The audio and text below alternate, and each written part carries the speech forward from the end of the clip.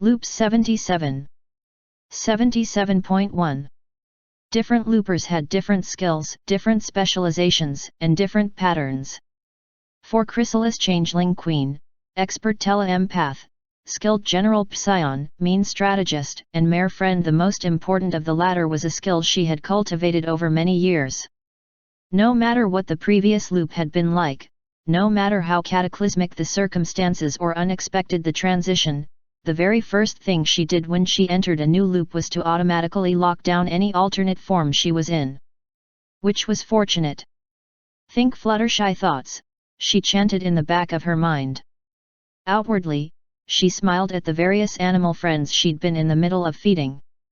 I'm just a nice, slightly cowardly Pegasus who lives alone and works with animals. That's me. She scattered some grain for the chickens. Pay no attention to the changeling behind the transformation. One of the crows cawed something purposeful. Bug. I can't speak animal. Right, going by his emotions, he's leaving. The butter-colored Pegasus waved. Good luck, if you want it, that is. Apparently this was the right choice, as the crow nodded to her before taking wing. He circled the clearing once, and flew off towards the south. Okay, Chrysalis thought to herself, trying for calm. It looks like Angel is fooled. That or he doesn't give a carrot top, of course. Despite her title, she wasn't always queen, even when she was a changeling. Sometimes she was an elected president. Sometimes she was the voice of the changeling hive. And sometimes, like this time, she was a passed-over princess, with some form of sibling queen in her place. Right. Taking stock.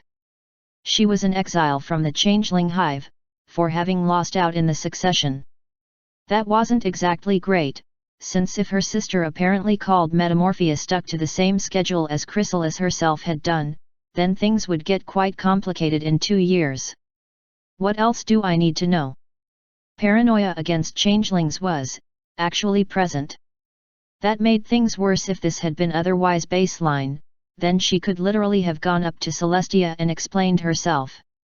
The plus side, scant as it was that there wasn't a real Fluttershy locked in the basement or anything.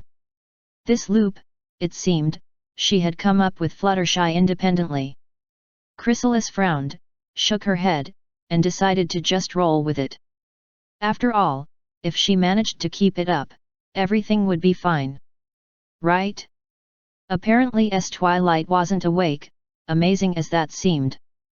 Certainly nothing she said indicated anything of the sort, and Chrysalis put all her acting ability into trying to be as Fluttershy as possible. Coordinating the songbird's song was surprisingly like directing the hive, actually. Music instead of the constant presence of the hive mind, to be sure, but a wrong note still felt the same. As they came to an end, she smiled nervously. Was that okay? That sounds great. Twilight replied, smiling. I think we can check that one off, Spike. Good, Chrysalis said, quietly. It was really strange, seeing Sparkle like this. Her first memories of the purple unicorn were of her, firstly, defeating a well-laid plan of hers. And second, the time which stuck in her memory more than any other, the alicorn of magic who had overturned 1,000 years of cruelty in a single day. Seeing her as a magically adept geek with effectively no experience was bizarre. Especially from this perspective. And feeling her simple enthusiasm over the summer sun celebration was, even more so.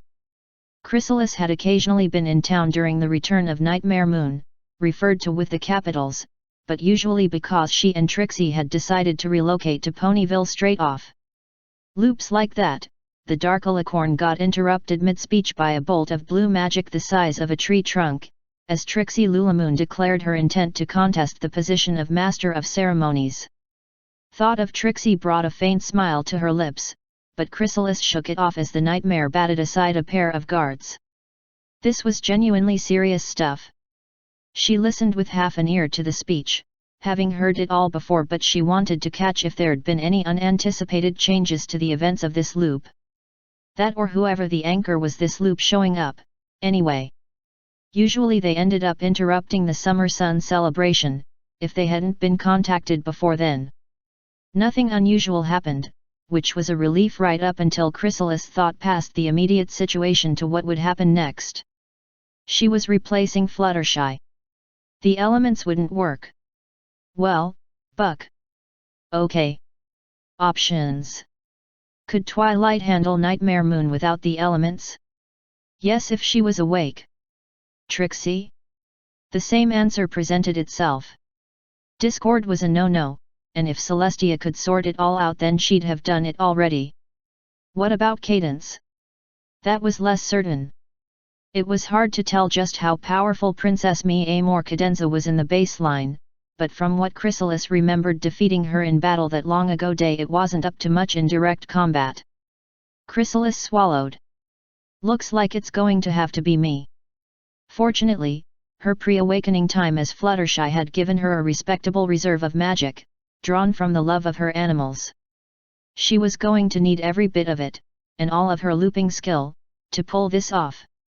The first step was to actually get close to Nightmare Moon. The return itself was a bust by the time she'd started planning, the nightmare had already left. Which meant she was tagging along with Twilight's expedition. She'd used the excuse that she had to help them with getting through the Everfree. It was true, as far as it went she could sense any monsters around, and her loop memories contained a reasonable map of the place, but there was a deeper reason, as well. A debt to be paid. Twilight Sparkle, and Fluttershy, and Rarity and Pinky and all the rest of them, had helped her out when she started looping. Back when she was young. Now she was the old, experienced one. And she would keep them safe. 77.2, Dalksine. Twilight. Rainbow Dash asked after zooming in through the library's window. The unicorn hadn't even had time to properly reorganize the place after her arrival from Canterlot this loop. Snowflake's been replaced by a looper, and, it's weird. The purple mare sighed and nodded. How weird? Well, she's not used to being a Pegasus, or flying. We got her to my place before she decided she wasn't going anywhere until someone explained what was going on, and I figured you'd do better than me with this one. Nodding again, Twilight cast a cloud walking spell on herself before teleporting the both of them to Dash's cloud flat. There sitting on a puffy couch made of cloud was a regal mare with gossamer wings, her coat an icy blue and her mane a braided silver. On her flank was an intricate snowflake pattern. Hello, my name is Twilight Sparkle. I'm the local anchor here in Equestria. When the mare nodded understanding, she continued. What's your name? My name is Elsa, and I am very confused. Twilight grinned. After she'd finished her welcome to the multiverse speech, Rainbow having left halfway through to go manage the summer sun celebration while they were busy, Twilight asked, So, are you your world's anchor? Shaking her head, partially to clear her mind after the information dump, Snowflake or rather, Elsa, answered, I do not believe so. My sister's fiancé, Christophe, is most likely our anchor. He sometimes speaks of loops where neither myself nor my sister recall the loops. My sister, myself, Christophe, and we believe his reindeer Sven, all began looping in time simultaneously. Twilight nodded. Probably the crash, then. They, crash. Elsa tentatively probed. I haven't worked it into the speech proper yet because it tends to be very intimidating, especially with how overwhelming everything else is in one's first fused loop. Fairly recently, an entire reality collapsed. The strain on the system led to new loopers in established loops, and new worlds gaining anchors and loopers, to minimize the damage. An entire, Elsa paused, taking a moment to recollect herself. That is indeed very troubling to hear. Don't worry too much, Twilight said, trying to calm the mare down some. There were extenuating circumstances, and in all my time as an anchor I've only seen it happen that one time. Both our worlds are safe. It wasn't much, but hearing that did help to comfort her a bit. And, are there many other loopers and anchors about? This had the purple mare laughing. Oh, loads of them. I don't think I've met even half of them, but that's still quite a lot of poiopal, she caught herself at the last moment. I like to think that I'm fairly old and well versed as far as anchors go, but there are a lot that been looping longer than me, and none of us even compare to the first loopers, who are truly ancient compared to the rest. Seeing the goggle-eyed mare in front of her, she giggled. Sorry, I'm trying to say that it's a big multiverse out there, and there's no end of new people to meet in the loops. Her grin faltered. There's also no end of trouble you can get into in the other loops, as well. Some of them are pretty horrible, which is why we decided our loop would be a sanctuary. We do our best to make sure that our loop is as peaceful and pleasant as possible for any looper that needs a vacation. Our loops are usually about 5 years long, and that's not much compared to some of the longer loops, but we try to help with the time we're given to do so. Sensing a segue, she pounced on it. So, how long are your loops? Between 5 and 10 years, usually, Elsa answered. The only constant seems to be that they include my coronation somewhere along the line. Coronation? The unicorn gasped. You're a princess. This had the Pegasus grinning. I am a queen. Queen Elsa of Arendelle. Of all the reactions she was expecting, having the unicorn speed in front of her staring intently at her forehead was not on the list. Flinching away from the sudden close proximity, she asked, "What are you doing?" Something seemed to snap back into place in the purple mare as she twitched and her eyes widened. Oh, sorry. It's not that common that we see royalty from other loops here in Equestria. Most of our royals are alicorns, ponies with both Pegasus wings and a unicorn's horn. Elsa tilted her head and raised an eyebrow. Sorry, what I meant was that fused loops have a tendency to be ironic or humorous with one's role or status, or especially their name or job. The pony you're taking the place of this loop is named Snowflake, for instance. Given that's also your cutie mark. She received another blank look and popped off a quick summary. It's a magical glyph or symbol on our flanks, usually received in adolescence, depicting a strong aspect or talent deeply ingrained in us. Magical ponies are magical. She showed her own starburst as an example. Anyway, yours is a snowflake. I'm going to hazard a guess that means something personal to you. The Pegasus mouth worked soundlessly, even as she glanced down at the ice crystal on her rear that she'd inspected for a time between Dash's exit and return, for a moment before she nodded. I was born with a curse, incredible power over ice and snow. She paused, trying to find a nice way to put the rest. That doesn't sound like much of a curse, Twilight hazarded, tentatively. I accidentally plunged my kingdom into an eternal winter until I learned to control it, the Queen said, deadpan. Twilight was about to say something, but then shut her mouth with an audible click. All right, that sounds more like a curse. The Pegasus nodded. It's controlled in part by myself, and in part by my emotions. It's taken several loops of trial and error to fully understand it, but negative emotions like fear and doubt wrest control away from me. I've been solving the issue by blotting them out with love and joy. That seems like a terrible solution, Twilight pointed out, worry clear in her voice. Her concerns were waved away. It's worked well enough so far, especially with all these loops of practice. I haven't accidentally frozen the entire kingdom in ages. She began to chuckle, but when the unicorn didn't share her mirth, she stopped. It was a joke, dear. I haven't lost control of my powers since my baseline, was it? At the mare's nod, she continued with a small grimace. I'm not adapting to the loops as well as Anna and Kristoff. My sister jumps headlong into everything, and her beau can be rather savvy when the urge strikes him, or he has need to be. Sometimes I feel like I'm still the stuffy princess locked away in her room, watching them have fun and play pranks while I manage trade agreements and paperwork. She shook her head and chuckled. No, I have enough fun when they drag me out to play, too. Maybe I should be the one to prank them next time, though. They just seem to be taking this so much better than me. She glanced down shamefaced. The purple pony scooted over to nudge the queen. Hey, it's actually pretty impressive that you haven't gone crazy yet. I don't know a single pony that didn't go a little nuts adapting to the loops. She made a show of thinking to herself. Except Zekora, but I'm keeping a camera handy just in case. You've been at this for so long and yet you're still so chipper about it. How do you manage it? Our universe is approximately 40% pure harmony, 25% friendship, 15% love, 10% hijinks, 5% kindness, 4% sugary treats, and like 1% assorted evils, megalomaniacs, and in-jokes, Twilight said. A moment passed before her deadpan straight face broke and she snickered, causing the queen to break down in giggles herself. So. The unicorn continued, we've got about 5 years in a peaceful loop to look forward to.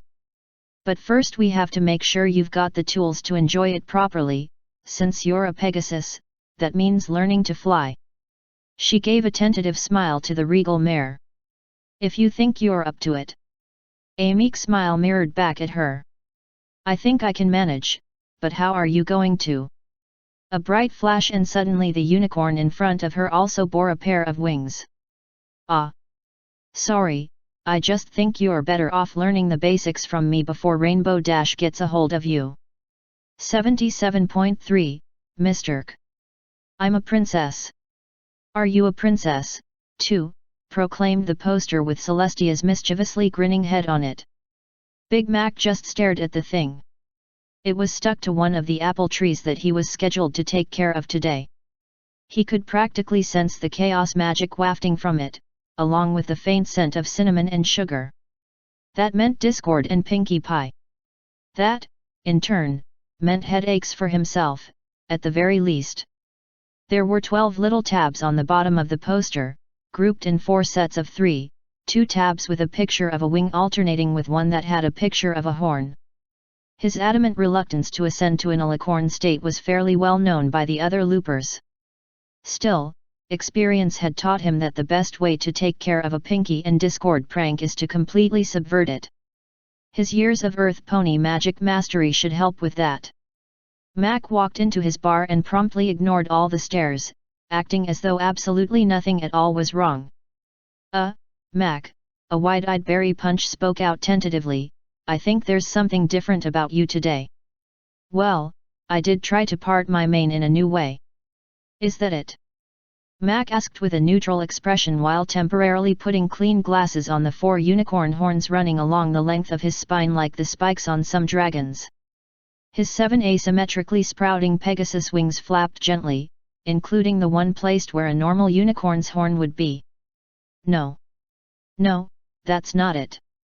77.4, Master Weaver and Wing 0032. Twilight loved to experiment. She was a scientist at heart, well, a scholar, actually, but science was a good part of that.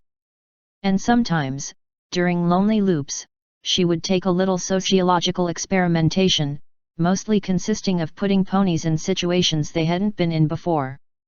Usually it all worked out or, at the least, she was able to repair the damage, and 99.9503% of the time she would have had the results on her list of possibilities. Do you, Maud Pie, take the Tree of Harmony to be your lawfully wedded? Twilight paused. Spouse. And then there were times like these.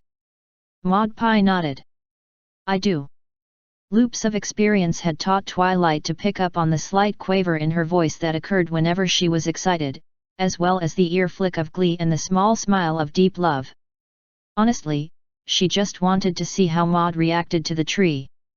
She'd expected some amazement and maybe the need to restrain Maud from taking a sample.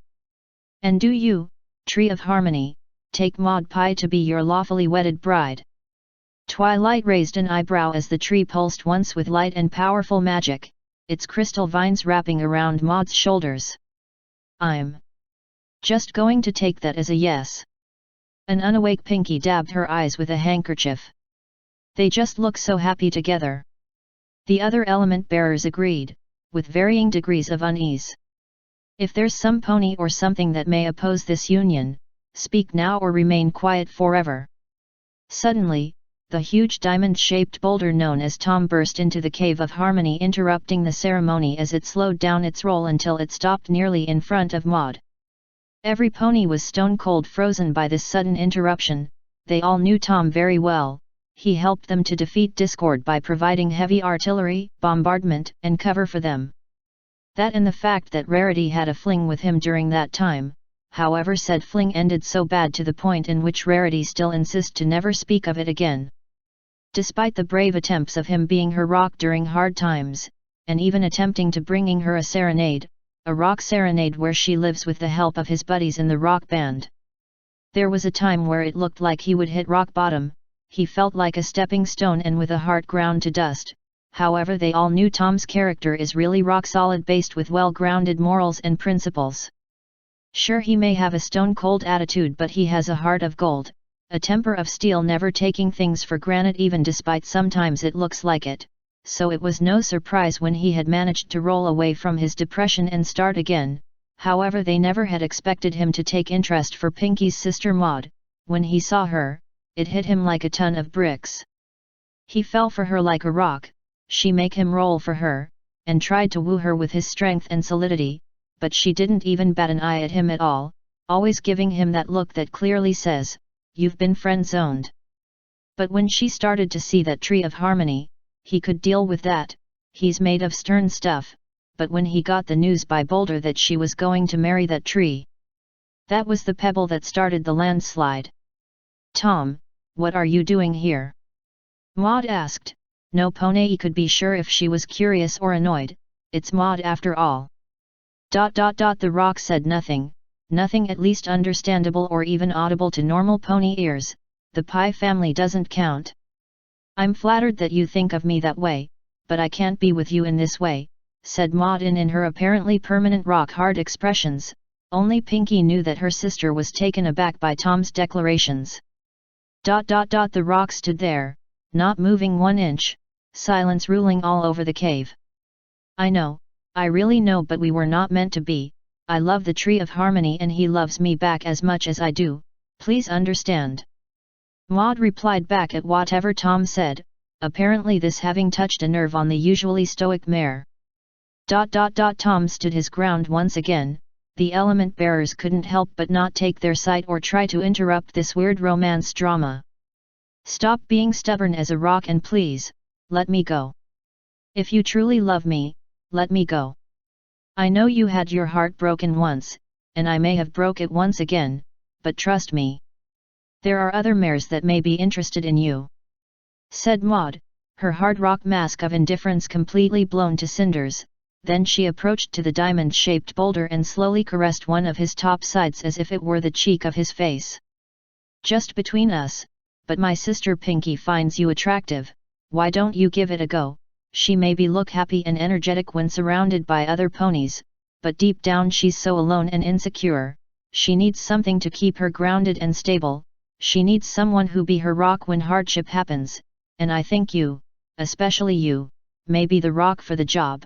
Because I don't trust those other friends of hers, especially that rocky fellow. Something's wrong with them." Just as she finished, she give him a goodbye kiss on the cheek and head back to the improvised altar. A drop of water fell over the diamond-shaped rock. It was weird how it kind of resembled a tear, giving the impression that the rock was completely heartbroken, again. "Thank you for understanding, and I wish you happiness with whoever you end with. Please take care of her," said Maud to the internally crushed rock, sitting there in utter defeat until the pink bridal maid approached him. "Come on, Tommy, I know it's hard to you to bear with it, but remember, I'm always here for you," Pinky said to Tom while somehow lifting him like nothing, taking him away from this heart-grinding scene. "Then by the power invested in me by Celestia, I proclaim you Mare and Tree." Twilight snapped her book of matrimony shut. "You may now kiss the bride heir, if you can." It turned out the tree could kiss Maud, very passionately. Somehow. Then it turned out that neither Maud or the tree had much modesty, so the element bearers and rock rapidly cleared out to let them have their honeymoon in peace. So, did we got our siege weaponry, cutie marks? Said Sweetie Belle using a pair of scopes, looking where their projectile went and where it hit, Bloom still looking at the giant catapult, looking for any failures or damages, and Scootaloo still pulling the trigger. The three of them started trying to look at their flanks, like little puppies chasing their own tails, however it was still as blank as they were since the morning. 77.5, the one butcher. Twilight came into Mac's bar carrying a book of ridiculous size, which was, however, dwarfed by her grin. She was shortly followed by every single looper in Equestria. Pinky bounced against the wall and pushed it back, while Discord conjured 30 different chairs. I have called all of you here to tell you about the loop before last, which was a variant where, well, it's best if I start at the beginning. I thought it was a lonely baseline until Rarity eloped with Big Macintosh. She looked meaningfully at the mare in question. That has happened before, that's the loops after all.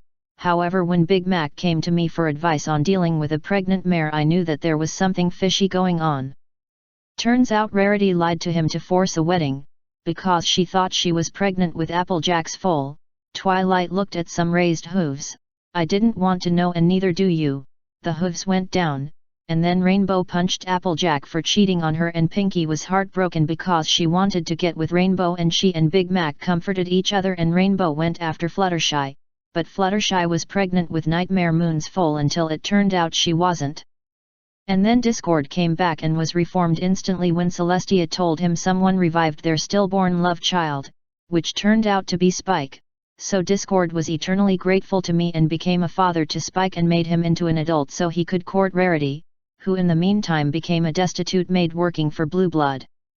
Meanwhile, everyone thought they were pregnant again while I wasn't looking, and Applejack came back from the Everfree Forest just in time for her own wedding to Rainbow, to reveal she didn't cheat on Rainbow with Rarity, it was her evil twin instead. It turned out to not be a changeling but an actual twin Big Mac and Apple Bloom knew nothing about.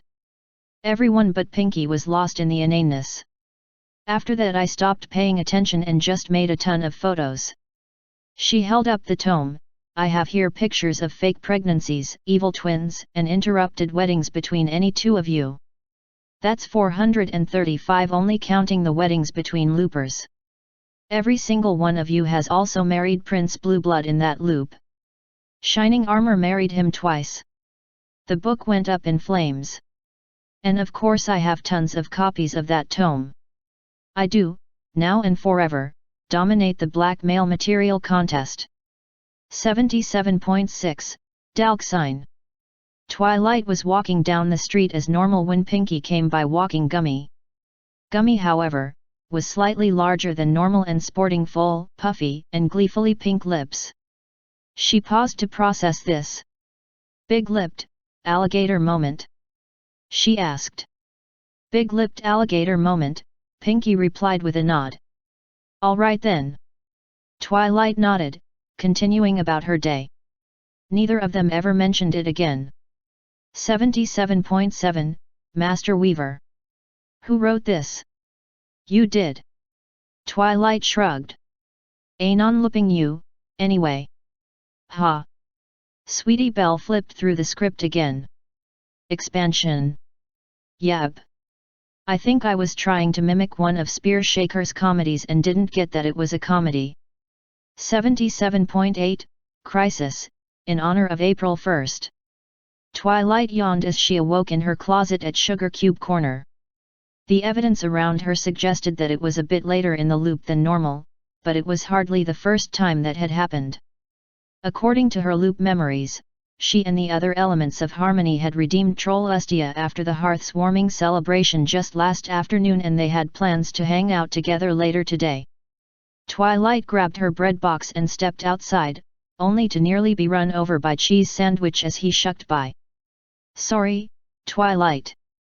The unicorn snarled as he skedoodled on his way.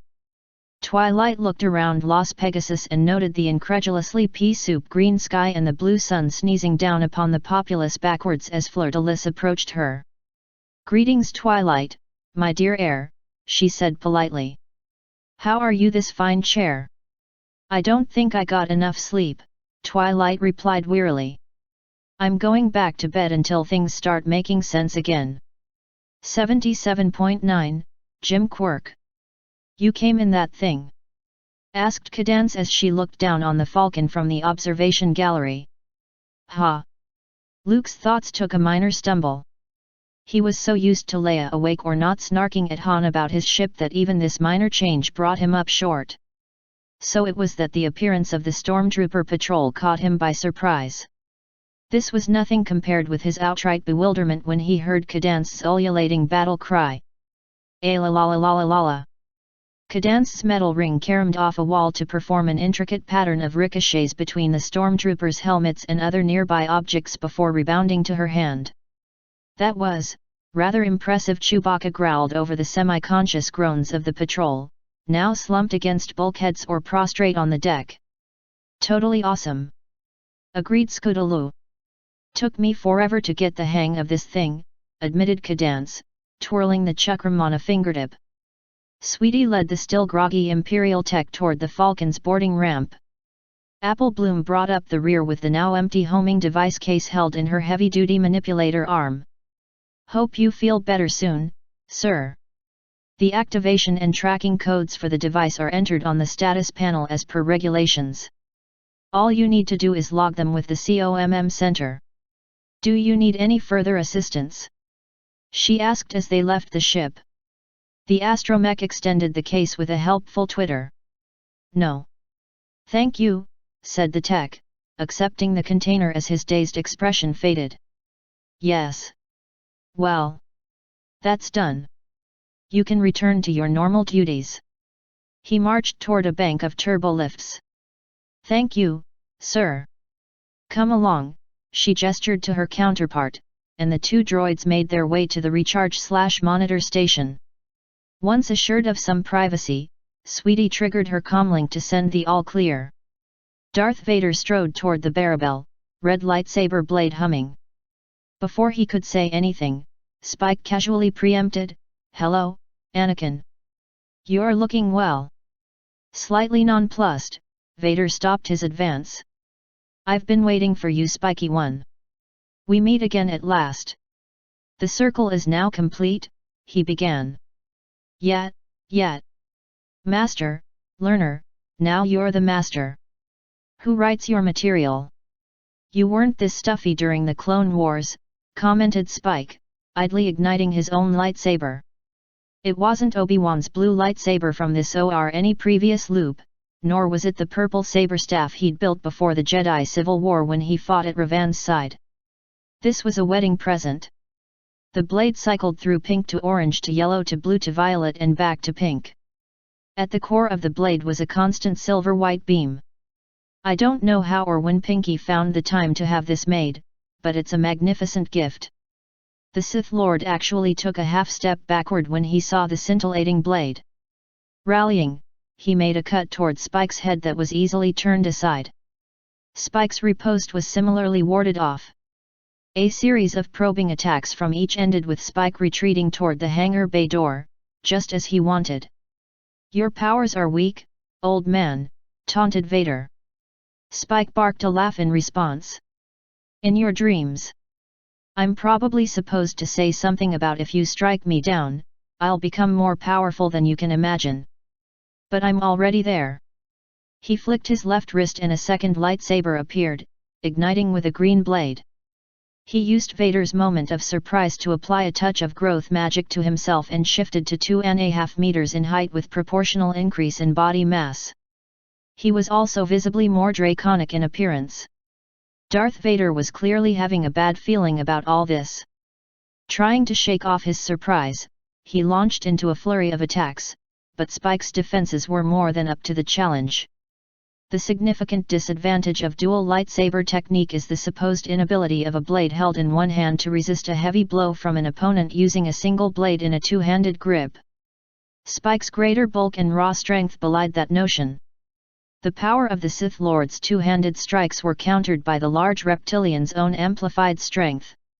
The need to stay aware of the Jedi's second lightsaber, which lashed out from unexpected angles, quickly put Vader on the defensive. Spotting the rest of the party making their run for the Falcon, Spike ostentatiously caught Vader's blade in a bind and sent it flying with a slice through both wrists. A short burst of intense green flame from his mouth caught the falling weapon, making it vanish in a puff of smoke and a shower of sparkles. "I am truly sorry I had to do that, Anakin. I don't want to hurt you anymore. Please believe me. I won't tell you to break free of the Palpatine's influence, because you already know, deep down, that's what you need to do to find peace for yourself." Leaving the Dark Lord of the Sith staring at the smoking machinery of his wrists, Spike started walking toward the Millennium Falcon. "The Force will be with you, Anakin, if you allow it." The squad of stormtroopers blocking his path raised their weapons. He raised an eyerage in response. "Seriously? Were you paying any attention to the past few minutes?" The leader's voice filtered through the helmet. "Fire!" The squad was scattered around the hangar bay to be pinned against the bulkheads by the combined efforts of 3 Jedi Masters. The single blaster bolt that ventured near the dragon was contemptuously swatted into the deck. Joining his companions at the foot of the boarding ramp, he restored himself to his previous size and shape, nodding thanks to Luke and Twilight. He turned to examine Cadence. "No offense, but I don't think that look works for you." The princess shrugged. "We couldn't find a salon or stylist anywhere in this place. What's a mare to do? Perhaps it's time we left," suggested Luke. 77.1 continued. Chrysalis quickly found herself cursing Fluttershy's timid nature, one she had to live up to. She had only her pre-awakening self to blame, of course. Her logic had been that a recluse was much less likely to slip and give herself away, so timid, self-effacing, and quiet she had been. And now that she was heading into a forest that was quite possibly cursed to confront a being as powerful as herself, if not more so, with 5 reasonably skilled but inexperienced ponies by her side, she was handicapped by her own pre-awake preferences. She couldn't give orders, letting them use their skills to the best advantage. She couldn't fly at the front of the group, at least making sure that she would be the first to encounter danger. And she certainly couldn't fly up into the air to scout out the forest. Which led to this mess. "Sorry," she said, wincing. "I think we took a wrong turn." "It's nothin'," Applejack assured her, appraising the cliff they were at the top of. "We can just find a way around. Looks like." The disguised changeling sensed something malicious, moving very quickly towards them. She turned towards the source. There was a crack boom noise, and the ground fell away beneath them. Chrysalis leapt for the air on instinct, before she could even think about maintaining her assumed persona, and breathed a sign of relief when no flare of surprise suspicion followed. Then she saw that Twilight had just been convinced to let go of Applejack, and caught by Rainbow Dash. She'd been too busy panicking to help. "Some protector I am." Landing gently on butter-colored wings, she shook her head. "I'll do better this time." There was a snarl, and a manticore pounced on the group. Chrysalis skipped back out of the way, then concentrated. "What is it that Fluttershy does times like this, right?" She looked directly at the manticore, and drew in a breath. At the same time, she carefully measured out some of her hoarded power from before awakening, and shaped a strong mental suggestion. "Stop. Sit. Bad manticore." Her voice bounced off the nearby trees, making not just the manticore but all 5 ponies freeze exactly where they were. She walked closer, still keeping up the suggestion. The animal was enraged, but beneath that there was something else, pain. The tricky thing was that she had no idea where the pain was coming from. And that suggestion wouldn't hold for long, whereas she had no desire to hold a pained animal in place or simply disable it, leaving it to suffer. The easiest and least cruel solution was to sleep. With a yawn and a thud, the manticore fell over and began snoring. Time pressure gone, Chrysalis looked for anything obvious that might be causing the pain. It didn't take long to find it a wicked-looking thorn that seemed to throb with malice. That was awesome! Rainbow Dash enthused. Oh, air, Chrysalis turned, letting her mane flop over one eye and discarding the thorn. It was nothing. The others were giving her looks that ranged from scared to bewildered. Thinking back, she had just shouted down a manticore. As they finally reached the room with the elements in, Chrysalis was almost seething at her own inability to contribute. The next thing they'd run into had been a grove of trees enchanted to cause fear. With her empathic senses fully open and straining to detect her foe, Chrysalis had been rendered almost unconscious by the powerful artificial emotion, and hadn't even recovered by the time Pinky dispelled it with an expert heart song. That had been humiliating. She was supposed to be a ruler. Supposed to be keeping these ponies safe. But she'd been reduced to a heap on the floor by a parlor trick. The river serpent had been a little more like what she was ready for, but it hadn't even developed into a fight. Rarity had defused the situation in moments, leaving the changeling queen impressed but confused. And as for the bridge, there had definitely been something in the mist, but despite the knowledge that Rainbow Dash might be in danger, Chrysalis had been unable to justify leaving the others defenseless. It wouldn't do any good to go and help Dash if doing so had allowed Nightmare Moon to attack, possibly even kill Twilight, Applejack, Rarity, and Pinky. But here they were, and Nightmare Moon was, if Chrysalis had all this right, just about to turn up. As subtly as possible, she began to ready herself for the fight. As soon as her opponent was a viable target, she would have to drop her shapeshift. That should earn her at least a moment's distraction, letting her achieve an alpha strike, a wave of magical energy as powerful as she could make it, and then set up a shield to convert dark attacks into something more usable. What happened then was uncertain. But she'd have as good a chance as she could manage. And, hopefully, she could try and pierce the layers of mental transformation to free Luna. Somehow. I hate working from rumors and half-truths and stories told by drunk fellow loopers about how they beat up Nightmare Moon. I miss the hive. Chrysalis bit her lip. I miss Trixie. Infuriatingly, the kind of infuriation which made her double-check that she wasn't starting to exert empathic influence on the ponies around her. Nightmare Moon didn't even attack as a solid. Instead, she poured into the chamber as a cloud of dust, congealed around Twilight, who was too focused on her task to notice, and vanished in a teleport. Twilight. Where'd she go? Applejack asked, looking around. Darn it. This way, Chrysalis replied, half her focus on tracking the mental glows of the unicorn Inalicorn. Follow me. That got her some strange looks, but she barely noticed. Nightmare Moon had to be solid by now. As they cantered into the room, Chrysalis saw a pile of glittering jewel dust remnants lying around Twilight. The unicorn was finishing some kind of speech. My friends. She made a gesture, which took in all 5 of them. Chrysalis didn't pay any attention, intent on the precise moment she would drop her shift and attack. Just a moment's surprise or inattention on the Nightmare's part would be sufficient.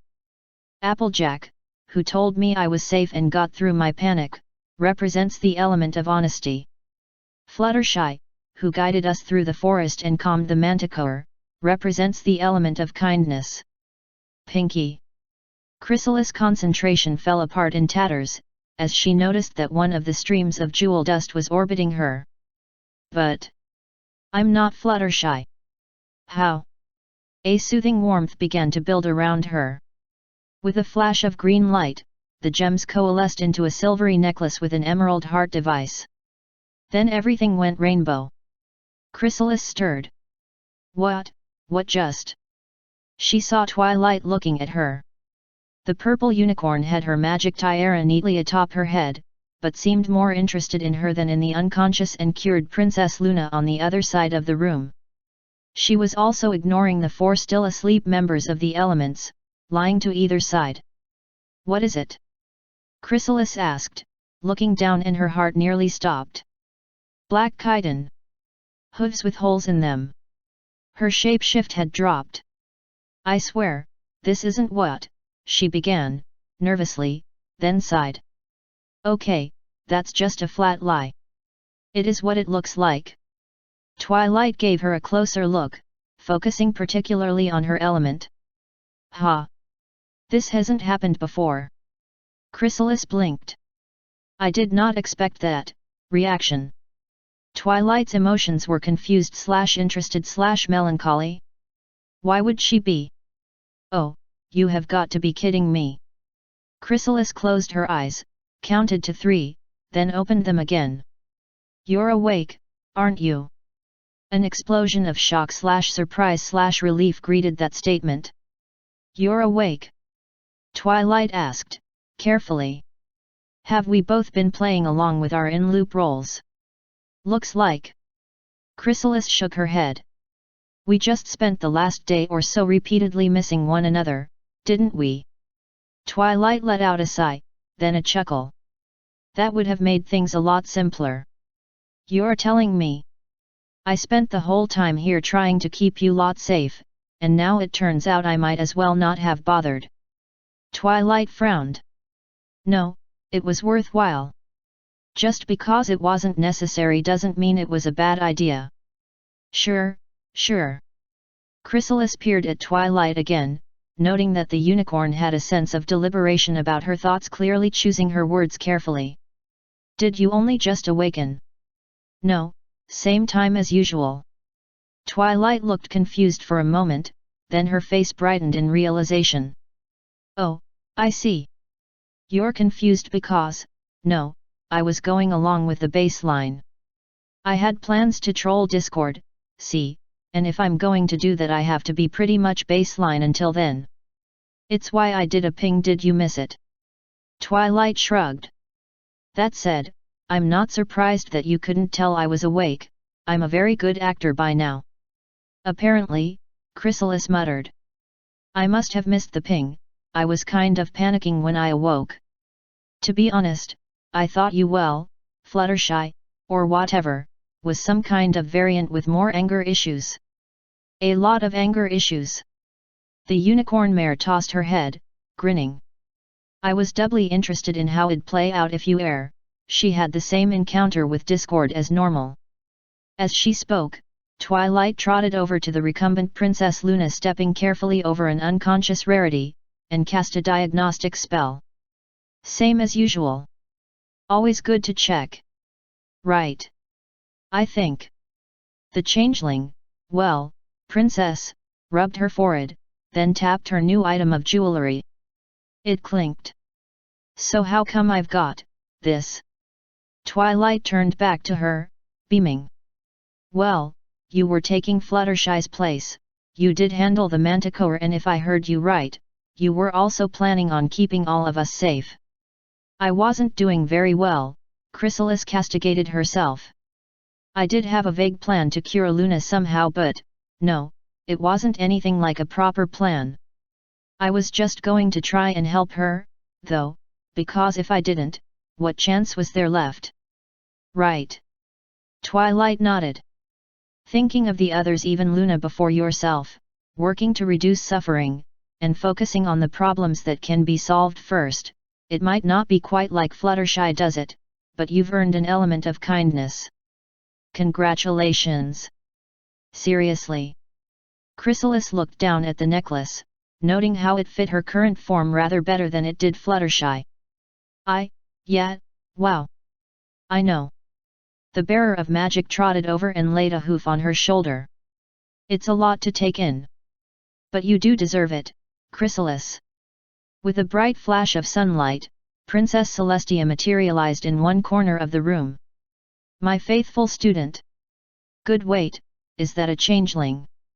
Twilight looked over at Celestia. Yes. Celestia blinked. Okay, why is there a changeling in here? She's the element of kindness, Twilight replied matter-of-factly. Right. Chrysalis couldn't help but snigger.